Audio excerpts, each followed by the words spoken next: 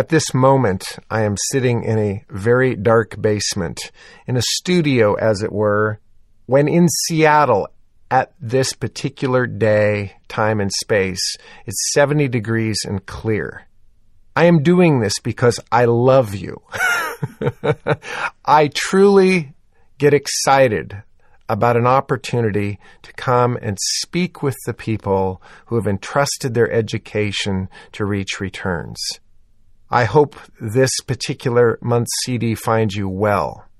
What is most pressing on my mind at this moment is the memory of a Power Players group, a Reach Returns Power Players group that has just recently returned from Grand Cayman. An extraordinary group of people who were willing to give as much as they were desirous of receiving.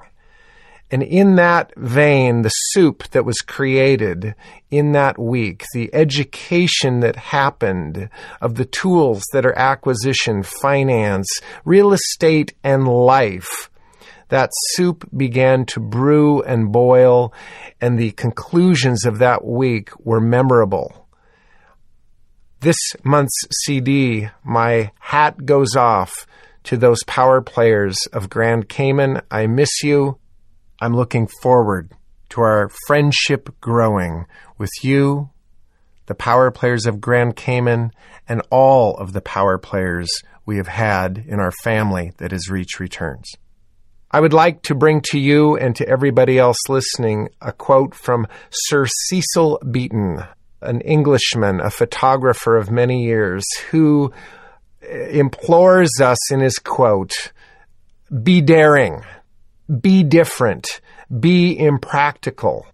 Be anything that will assert integrity of purpose and imaginative vision against the play-it-safers, the creatures of the commonplace, the slaves of the ordinary."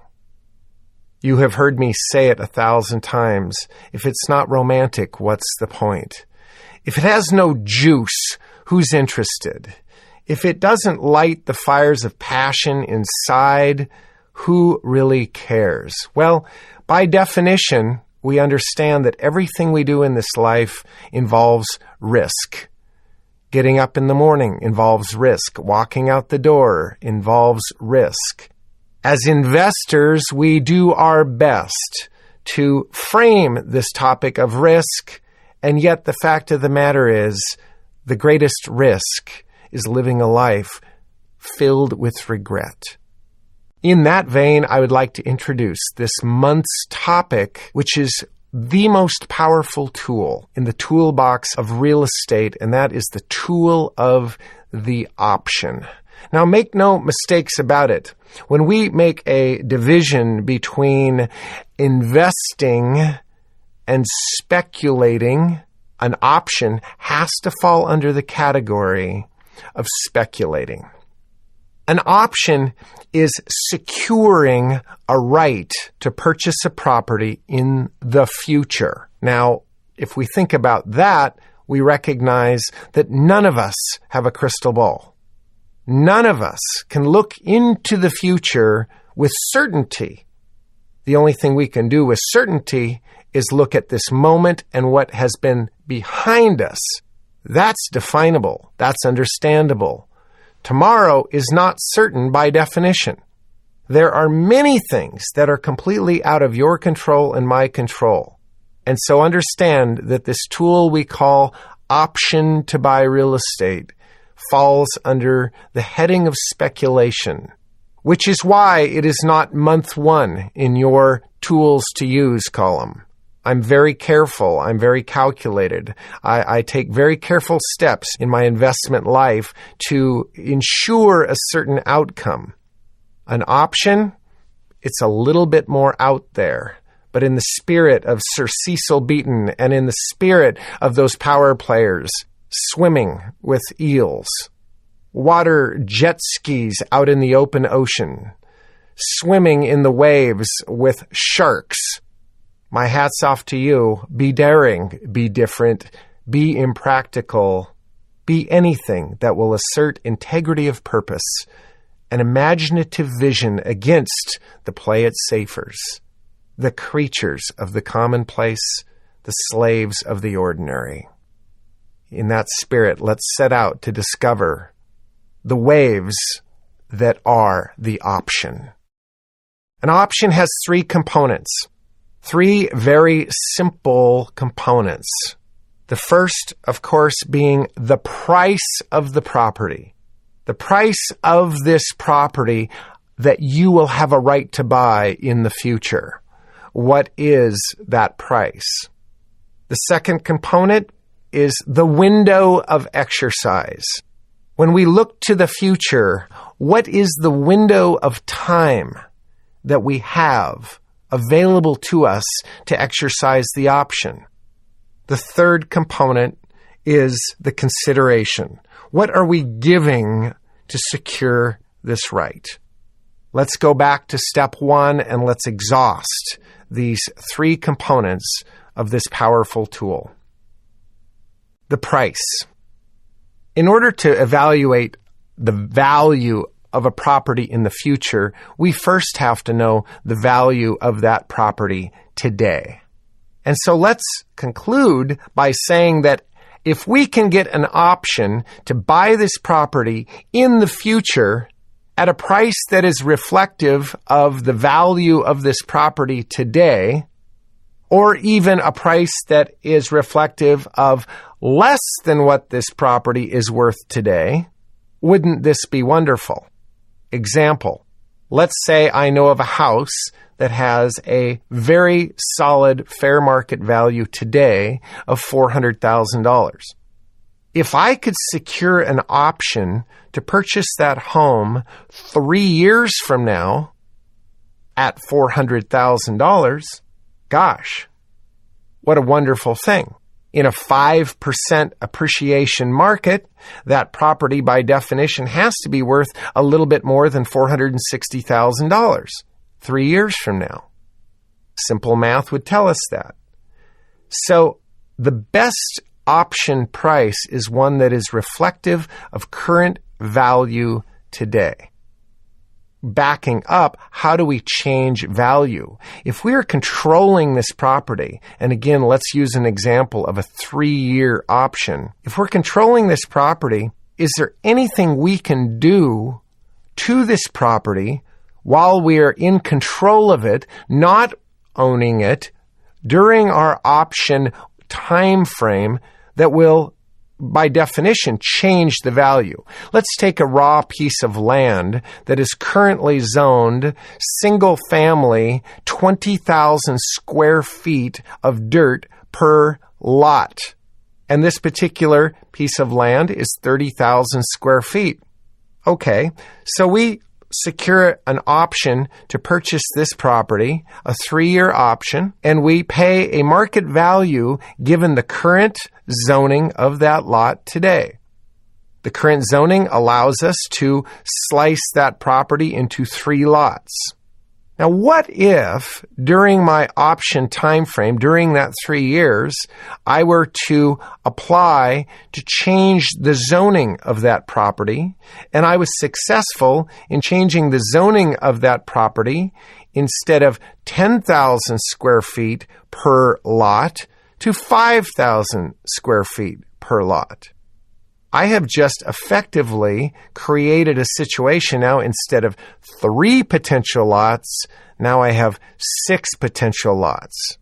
Do you think the value of that property has changed as a result of those zoning change efforts? Well, of course it has. Let's look at another benefit of controlling this property and what we might be able to do to this property to make it definitely worth more when our window of exercise comes up. Oftentimes, builders will option a large piece of property. During their option time frame, they will submit for the platting process to begin on the property, or even if it's already platted, they will submit to the city or the county to get building plans submitted gone through the building department, gone through the architectural design board review process, gone through any city council review process that may need to be done. And they are using this time frame while this property is under their control, not their ownership, to get all of this work done so that they have all the approvals and the project can absolutely and completely begin the day they own the property, the day they exercise their option to purchase. This ability to work on the property, to be doing a lot of preparatory sorts of activities on the property without the cost of a interest clock ticking, without the cost of debt service, is a huge, huge benefit to builders and developers. All right, so back to the first part of the consideration, which really is the price. If I can secure a right to buy that property today for a price that is reflective of today's current status and value of that property, the longer the option term I have, the better, because I'm controlling that property at no cost to me in terms of debt service, property tax, insurance, all of those holding costs. I'm controlling that property without those costs. That's hugely beneficial.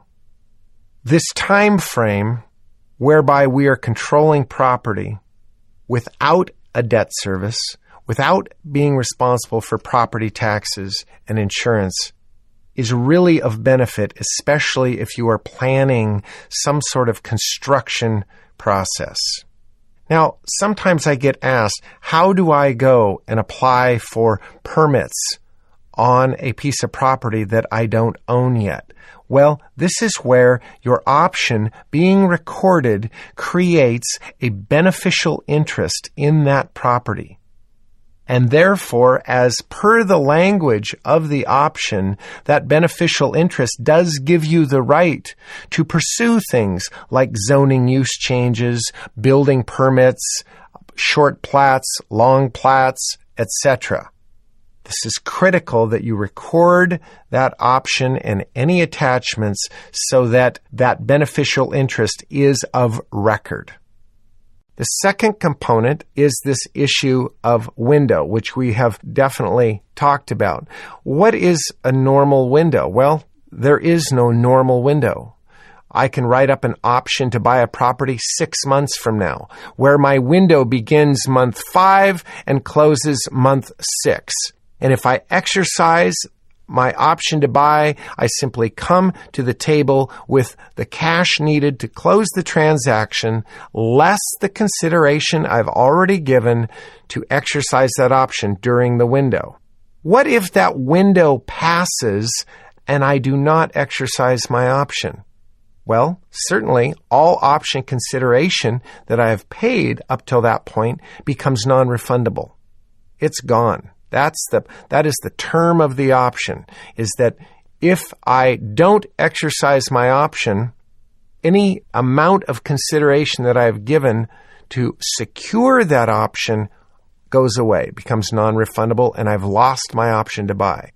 In that vein, let me tell you a story, because in all these years I've been involved in real estate, there's certainly a story around anything and everything, and you won't forget the story.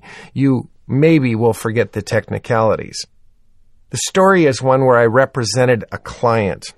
Some of what I do as a negotiator is actually represent clients who have real estate related situations going on, and they bring me in to negotiate on their behalf. And this was certainly that type of negotiation. This particular client had, prior to hiring me, given an option to an individual to purchase his building on a 3-year option. The window began at month 34 and ended on month 36. So there is the window. The option starts day 1. 3 years later, the option ends. The window to exercise is between month 34 and the end of month 36. The option price was $1.4 million.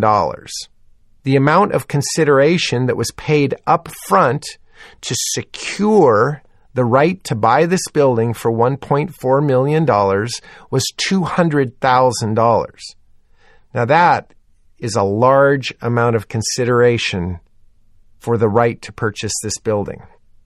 As this window is coming close and there seems to be little to no communication from the optionee, I get hired to negotiate any extensions that this particular optionee may need. I get hired with about 2 weeks left of this option time frame, and still there is no communication from the optionee. Now, is it my optioneur's responsibility to contact them and say, oh, by the way, you've got 2 weeks left to come up with $1.2 million? No, it's not. It's the optionee's responsibility to have that money available, to set up escrow, and to get this job done. Well, in anticipation of their desire to do it, and I can assume that they have a desire to do it because they have $200,000 non-refundable on the line, I step in and I make the appropriate phone calls to determine current market value of this property. When this property was originally optioned, that purchase price of $1.4 million seemed like a very fair price. It was nearly reflective of the current value of the property at the time the option was given.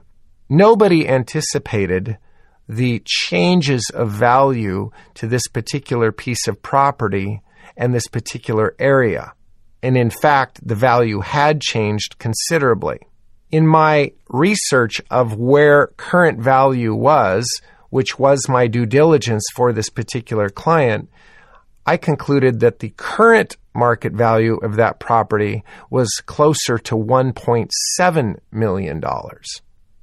Now that I have that particular piece of knowledge in my head, the optionee contacted me with 2 days left asking for an extension, that their money was coming, their money was good, but they needed about another week or two to get it. Well, this is where deadlines become very hard and fast. And I'm telling you this story to tell you never to let a window expire. If you intend to exercise that option, you better have your ducks in line and you better be on time. Because the fact of the matter is, I told this particular optionee that they had 5 working days left to close this to get this particular property at the agreed upon price. That on day 6, the new price was going to be $1.7 million because that's what we felt the value was. And that I would certainly give them an extension of 45 days, but the new price was 1.7. And in order to sign that extension of 45 days, I needed an additional $100,000 of non-refundable option consideration. Wow. Fairly penalizing. Either close it in 5 days, or if you need an extension, the price just went up $300,000, and 100 of that is non-refundable option consideration. So if you need another extension, well, that one's probably going to cost you too. Now understand that the leverage was on the side of the person giving the option here. He had already collected $200,000. If they don't exercise their option and we don't grant an extension, that particular $200,000 becomes non-refundable. I'm wanting to tell you this story so that you will be very, very cognizant of dates and careful that this idea of the consideration being non-refundable is very real. A day late, the answer could be, no, sorry, thanks for your option money. I'm actually going to sell it to somebody else. Or I've decided not to sell it at all. or this or that. You are buying an option to buy a property at a specific price. You are giving consideration which is non-refundable if you don't exercise your option in the window that has been agreed upon. Now, let's think of these three components from a very practical way. The best option you could possibly secure for yourself, it's too obvious, but I want to say it, is an option whereby your consideration is very low, your time frame is very long, and the value of the property that you are buying is as close to current market value as possible. So I have current market value. I'm securing that property with a small amount of consideration, and my time frame to exercise is as far down the line as possible.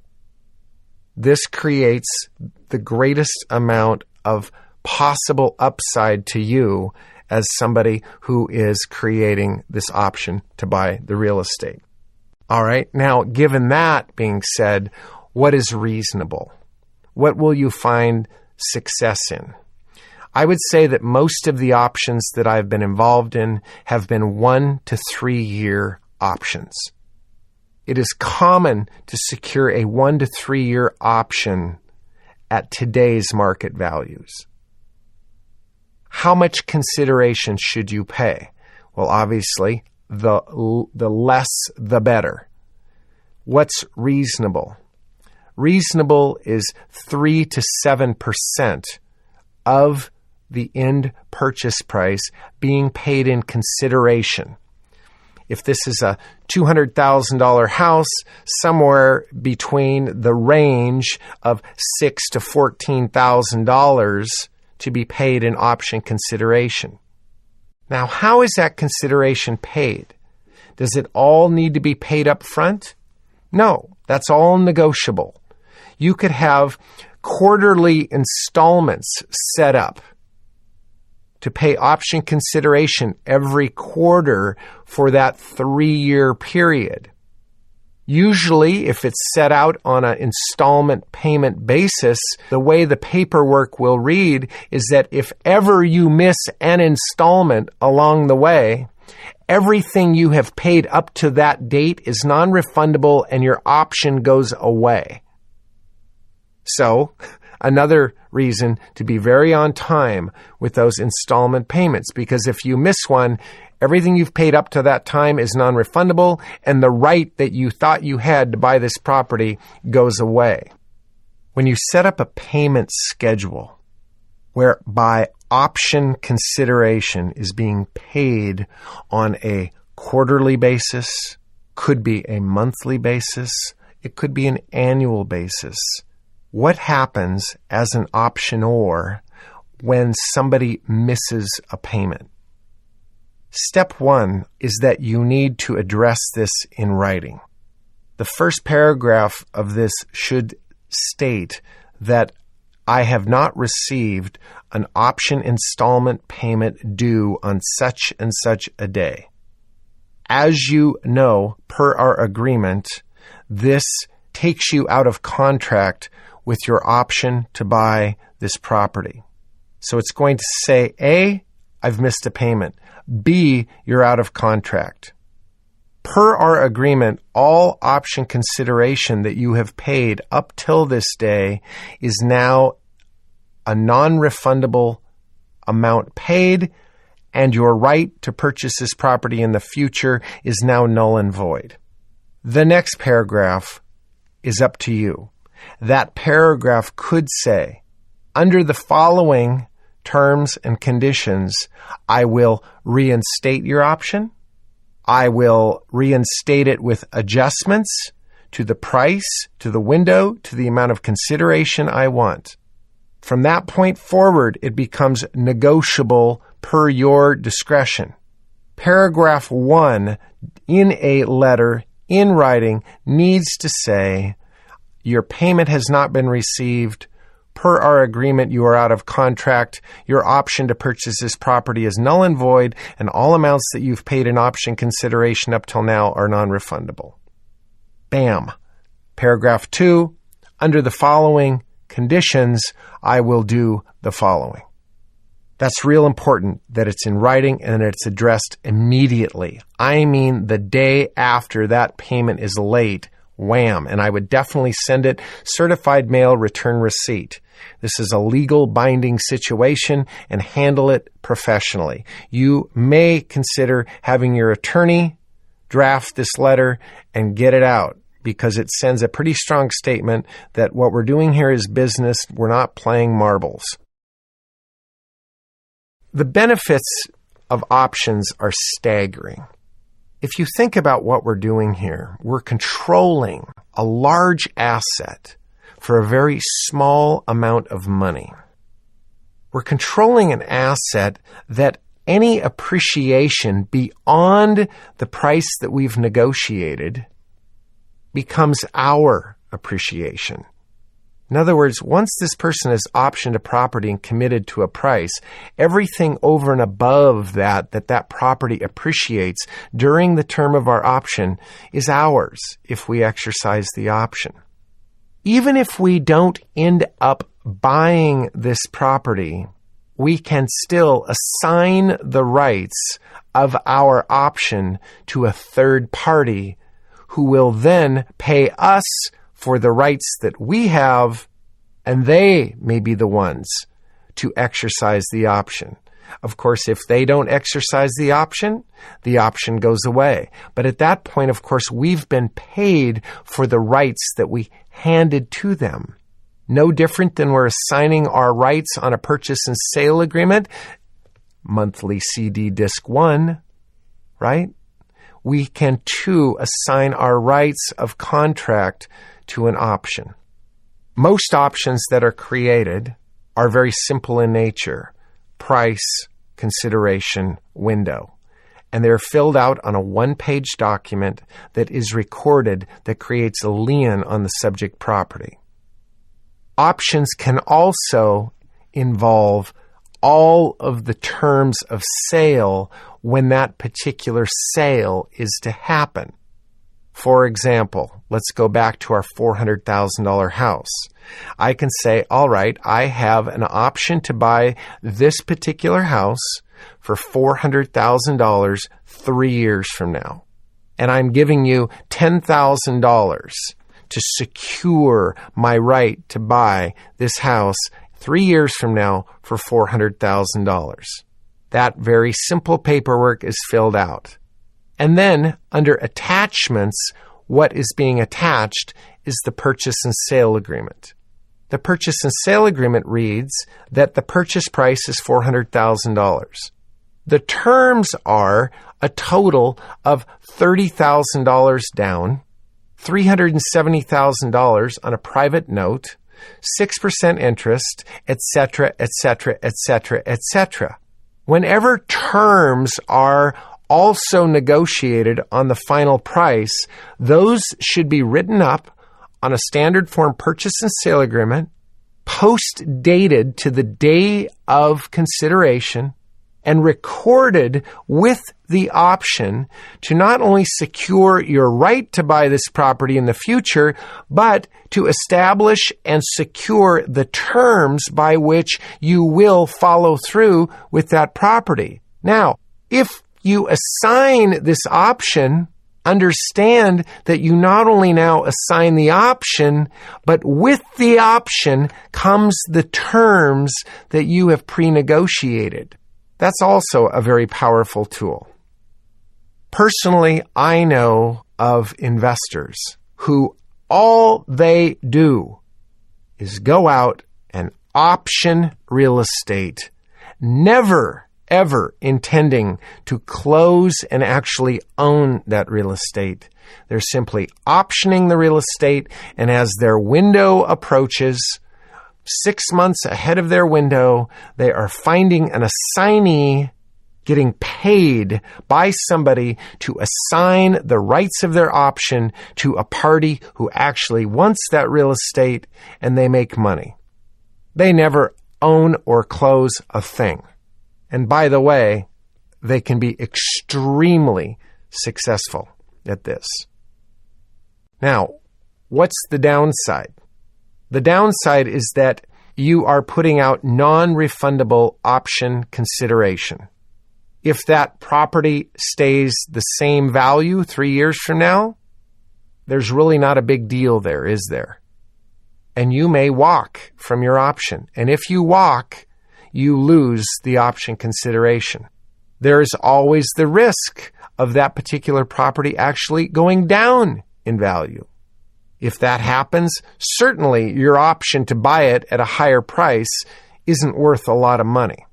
It's like trying to sell a stock at 50 when it's currently being traded at 40. You're going to have a hard time doing that. All right? So the risk is your non-refundable consideration. Obviously, the way you take risk out of the option is for a low amount of consideration, a longer term on the option, and trying to hover around current market values or even a little under. Today, that's the price you're trying to hover around. About every month of my real estate career, I will hear words that resemble this line of thinking. When I ask somebody if they would consider selling their real estate to me, the response that they give me tells me of their timing and their life game plan. The response may be something like, no, actually, I'm not going to sell this building until I retire. Okay? What they've just told me is that they will sell, but there is a window, a time frame tied to when they will sell. That there is a window when they are interested in that. Are your ears starting to hear it? Doesn't that sound a lot like a window to exercise an option? And so my next question, of course, is, as I'm looking at them and they appear to be nearing retirement age, I will simply ask them, how far out are you from that wonderful day when you're going to retire? Well, gosh, I'm 62 now, and I'm going to retire when I'm 65. Okay, now we've got two components down, don't we? We've got, how long does my option have to be? 3 years. When is the window? Well, at the beginning of year 3, and maybe a couple months after that seems to be their retirement window. And so I'm going to segue with something that goes like this. Gosh, I wanted to know, now that you've sort of told me that you do want to sell the building, and you've also sort of told me when that time is in your personal game plan, I wanted to know if I might be able to give you some money to have the right to buy this building when that particular time happens in your life, that retirement day for you. Now that sounded fairly innocent. That was a bit of a hornet wrapped in a marshmallow. Because if they say, you're actually going to give me money now when we're not going to conclude the sale until I retire? And I'll say, exactly. And I'd like to give you that money because I just so want the right to buy this building when you retire. I'm willing to give you non-refundable money today to be able to know that I'm going to be able to own this building from you 3 years from now. And all of a sudden, doors open because you've said a couple key words. Non-refundable money today. What I'm hoping is that there's something going on in their life where some non-refundable cash today could really help them out today. Now let's look at this building. Let's say this is a 10-unit building that has a current market value of $1 million. $100,000 a unit. It's well located. It's a good, solid-looking building. I'm really interested in this. All right? So if it's $1 million building, if I gave them, $30,000, which represents that 3% option consideration, you might be thinking immediately, well, that's great, Greg, but I don't have $30,000. Well, even if I had it in my bank account, I wouldn't be using my own money. I would be borrowing $30,000. And let's just say that at 6% work backwards, that $30,000 cost me $150 a month. You can do the math, is $1,800 in a year times 3 years. If you do the math on that, I am controlling $1 million building for under $6,000. That's got to be disturbing if you think about it. The interest I'm paying on my $30,000, that $150 a month, that $1,800 a year, that less than exactly, if you want to be exact, $5,400 over 3 years is controlling the right to buy $1 million building at today's prices. Now let's just say that $1 million building appreciates 5% a year. It's really worth $1 million today, but it's well located, it looks in good shape, and it appreciates 5% a year. Doesn't that building go up by, not compounding the value, $150,000 over 3 years? So now your $5,400 of interest payment is controlling an asset that just went up $150,000 in 3 years. When I tell you that the option is the most powerful tool in the arsenal that is acquisition finance and real estate, it is simply because it has the chance of employing the greatest degree of this wonderful word we call leverage. It is a small pebble moving a big, big mountain. I want your ears to become tuned to that owner that says, now isn't the right time in my game plan, but 3 years from now, I'll definitely sell. Or 5 years from now, I'm definitely going to be selling this property. Or I'm going to be transferred, I already know, 18 months from now, and at that time I will sell. Any kind of feedback that you get that lays out a future time frame, I want your ears to just stand up like Spock and go, ding, option. And then I want you to be bold. And I want you to ask the question of proposition. If I were to give you some non-refundable money today, would you give me the right to purchase this property at that particular time frame that you've just disclosed to me? Again, the first thing I want your ears tuned to is this discussion around their life's plan, their time frame for when they are thinking of selling this. In the same category that is awareness, I want your ears tuned to sellers who have a need for cash for any reason right now. They don't necessarily want to sell their property right now, but you are aware that they need some cash. It could be that the car just exploded and they're going to have to get a different car. It could be that they're stressed out because their senior in high school just graduated and now they're going to have to send them off to college and pay some money. Our ability to step in and handle some of these personal needs in trade for an option to buy their property in the future could be very much a win-win situation. I also want you to be very tuned to the idea that people in general, once children are raised and they're leaving and they're on their way, very often that ignites a downsizing opportunity in a lot of people's lives. And so when you meet with somebody and you're looking around and the last of 4 children is going to be graduating from high school next year, it's very appropriate to say, gosh, you've raised your whole family in this wonderful home, and your last one is going to be graduating from high school next year. What will you be doing then? Well, we're going to be downsizing for sure. We're going to be seeing him through high school. And then once we've got the last one out the door, then we're going to be moving towards selling. Ah, wonderful. Well, it's so great to have met you. And what I'd like to do is at least put out the idea that could I give you some money today so that when that last one is out the door and you are making headway in that department, that I have the option to purchase this property at that time and space in the future.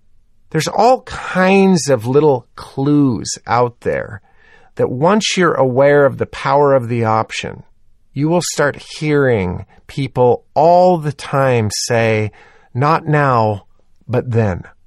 Not now, but then.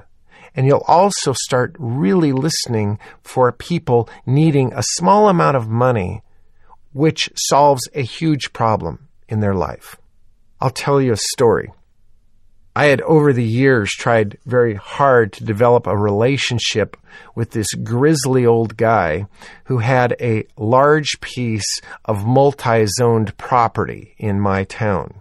And I developed this relationship over many years, kind of an unusual relationship, in that I brought him firewood for many, many years. He heated his little house with firewood, but this little house was on a very, very large piece of undeveloped multi-zone property. Well, one day, this ornery old man came into my office, and he was all upset that the county was going to take his property.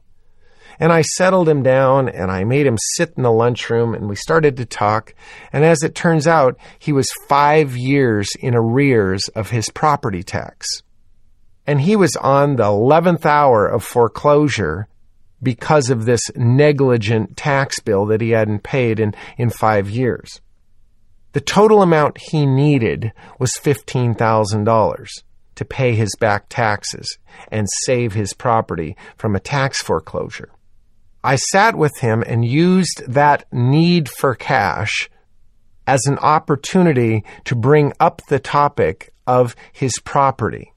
What was his plan for the property? What was he doing with his property? He was coming to me now, so I felt that there was no problem bringing this topic up. He shared with me that he wanted to be in the property in his house for at least 1 more year. Then his plan was to move out of that house and move to be with family in Arizona. There you go. There's all the components. I know exactly how much money he needs. I know exactly his time frame, that he wants to be there for at least another year. All we needed to do was to arrive at a price. And there's the 3 components of the option. And so I said, listen, here's what I'd like to do. I would like to give you $15,000. That $15,000 will be non-refundable option consideration. My option window to buy your property begins at month 12 from this agreement and expires at the end of month 14 of this agreement. So there's my window. We agreed on a price for that property. The price was $300,000. I took that $15,000 and our option paperwork to escrow. There's some real obvious reasons that I took it to escrow, but I'll tell you just in case you haven't done this before. I'm certainly not going to hand him $15,000 and hope that he goes and pays his tax bill.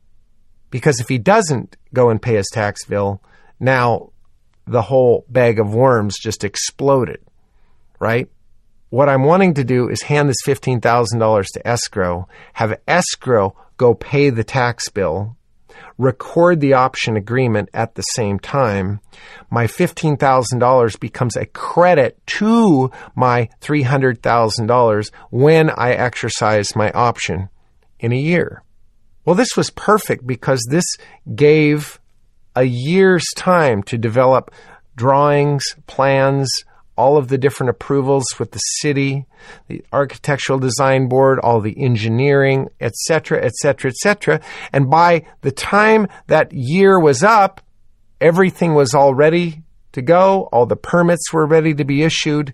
I was able to exercise my option and begin construction immediately. Well, this one sort of fell in my lap, but at the same time, the reason he came to me about this problem he had was because I brought him firewood for 6 years. That's a lot of firewood, a lot of wood scraps. Do you see how this ties in? At the heart of every real estate transaction is a relationship, is a person. When we focus on people and that we are very willing to slow dance, we're very willing to be in this game for as long as it takes, people appreciate that you're not pushy.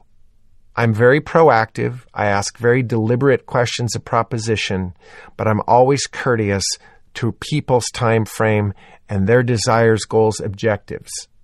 Critical. Let's look at this for a second from the optioneur's perspective. Why would somebody give another person a right to buy their property 3 years from now? Doesn't everybody know that real estate will likely go up in value? Okay. Well, there are two main reasons, and I can think of two others that have come up frequently over the course of 30 years. One is obvious. They need some money today to do something today that has nothing to do with real estate. It could be college. It could be they need to pay bills. It could be a car broken down. It could be any amount of things. They just need some money today. All right? The second reason is that the idea of a known versus an unknown is a big deal to a lot of people. A lot of people, as they're approaching their retirement years, really want to get their ducks in order and start planning that last chapter. And so having a specific number, knowing exactly how much money they're going to have for this property and when it's coming in, allows them to plan and budget and structure their life accordingly. In that little heading, I would like to insert something. It goes into all negotiations. So insert here. That what you would do, what you think is a great idea, doesn't apply to everybody out there. I have had people sell me real estate that in 1 billion years I would never have sold it had I been them. The fact of the matter is, I'm not them. They have different goals and objectives. They like Ford, I like Porsche, right? Different vehicles, different ways of thinking. I'm kind of a Levi's guy. They would rather wear slacks. We are all different. Our goals, objectives in life are all different.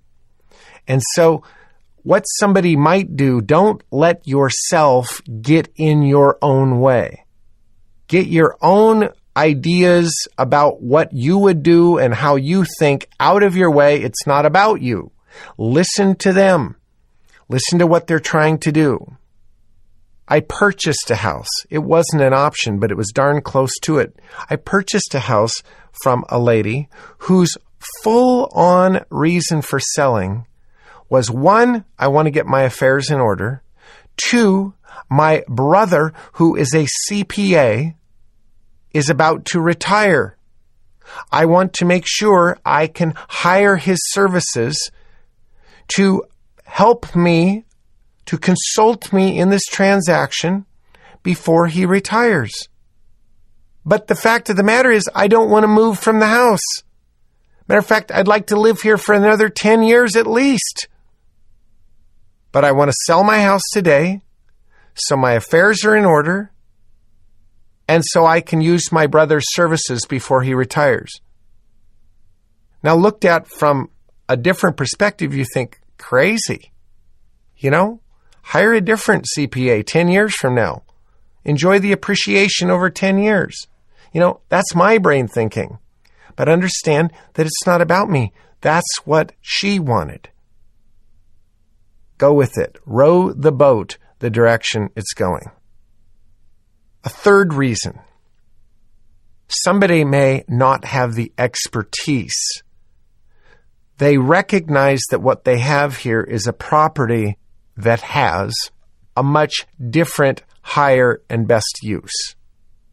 And so sometimes they will want to hand this property over to somebody with expertise, whereby they get some option consideration up front. They have established a firm price with an upside. You see this all the time in people who are selling undeveloped land, that they say, all right, I'm going to get $50,000 of option consideration up front. The price 3 years from now is $500,000 for this property, not to be less than.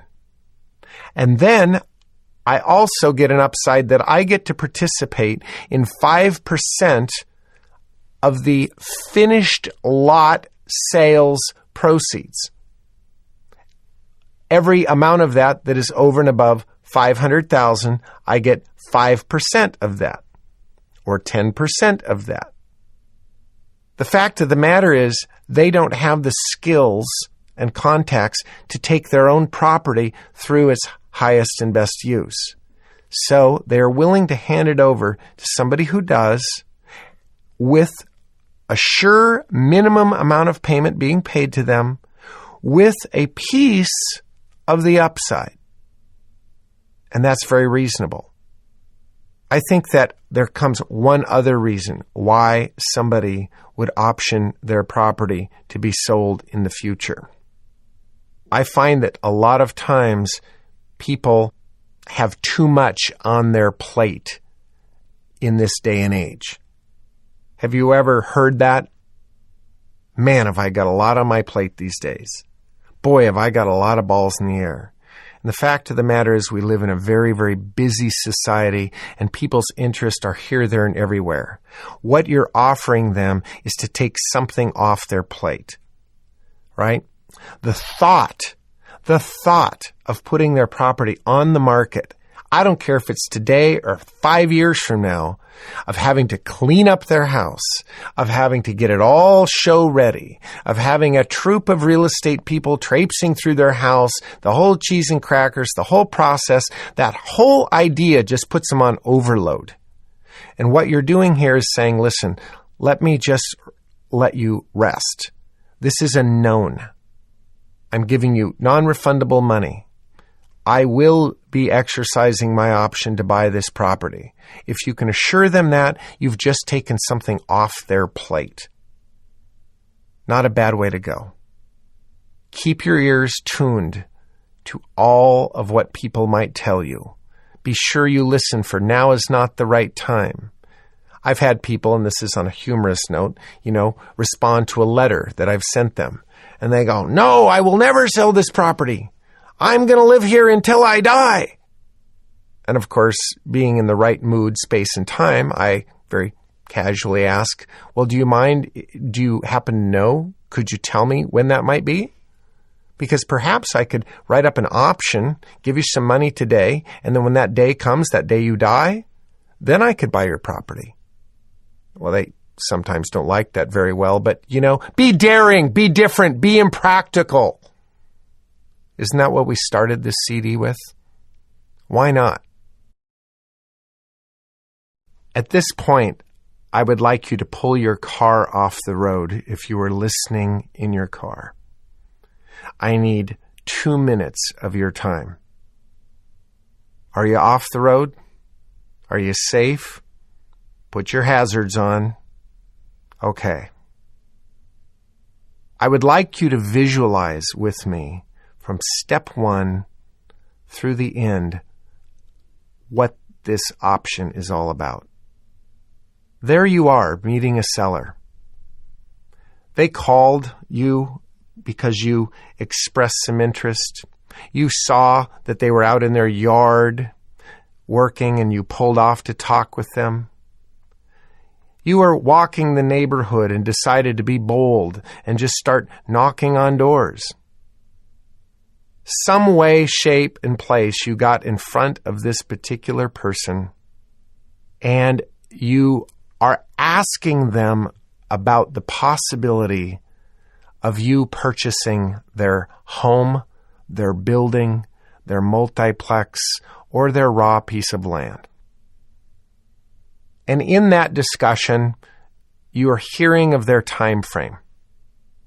Their time frame is not right now. Their time frame is sometime in the future. They have not shut the door and said, no, go away. They have opened a door, and that door tells you of a time frame that is down the road. From there, you begin formulating the structure of this option. There's scenario 1.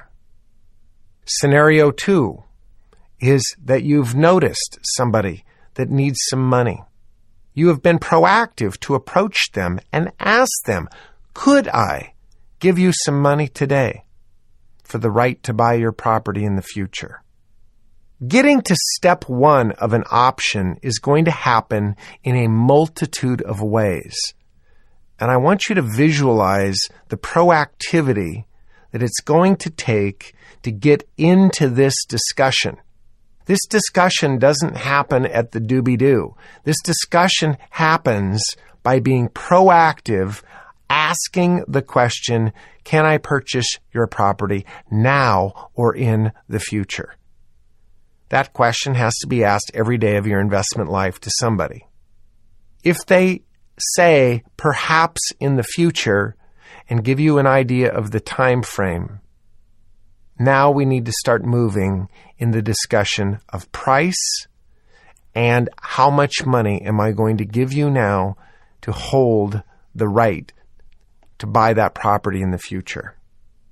The discussion progresses. You've arrived at a price. You've identified how much money they could use right now and that would make a significant difference in their life. Or they would deem that to be of an interesting amount that shows your sincere intent. Okay, you have just concluded the 3 elements of an option. You have just taken a step. Now you need to have with you. All good Boy Scouts are prepared. You need to have with you forms in your car, in your truck, option to buy real estate forms. A very simple 1-page document that fills out the price, the window, and the consideration. That form is signed. That form is taken to escrow. Escrow is instructed to record that. And now you have placed a lien on the property and you've secured a right to buy. The reason I am having you visualize this scene is this. This will not happen accidentally. You will not stumble and fall into an option. You are going to have to be aware of their need. You're going to have your ears tuned in to their timing, their goals and objectives.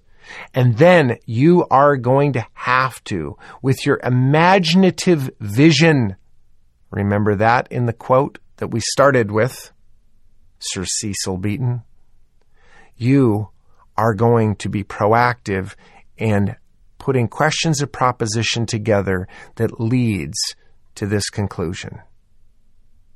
This option is a powerful, powerful tool. I could leave you with a math question. As you may know, I do math fairly quickly in my mind. And that long-term hold building that you have, that back row property that you've been working on, you finally got the positive cash flow on that building to $1,000 a month. That $1,000 becomes leverageable equity. At 3%, which, by the way, exceeds what most people are getting in the bank these days, provides you an investor that will lend you $400,000. So here is why you are sitting on the side of your road with flashers flashing. that when you do this math, when you take that leverageable equity of $1,000, when it translates into $400,000 at 3%, now you have $400,000, which represents a 3% option consideration that controls a large amount of real estate. You're going to tell me how much, by the way. That's algebra. Then that full amount of market value of a real estate that is appreciating at 5% a year in 3 years when your options come due to exercise, what are you sitting on? If I didn't have you pull off the road and you got that answer while driving, surely you would get in a wreck. And that is the power of the option. When we incorporate the ability to borrow money with leverageable equity on our long-term holds to create a fund, a borrowed fund that allows us to take borrowed money to option property, wow. We have just thrown some serious gasoline on the fire. As always, I consider it a privilege to challenge your mind, hopefully to uplift your heart and soul. And until next month, Reach Returns and Greg Pinio, over and out. Copyright Reach Returns, all rights reserved.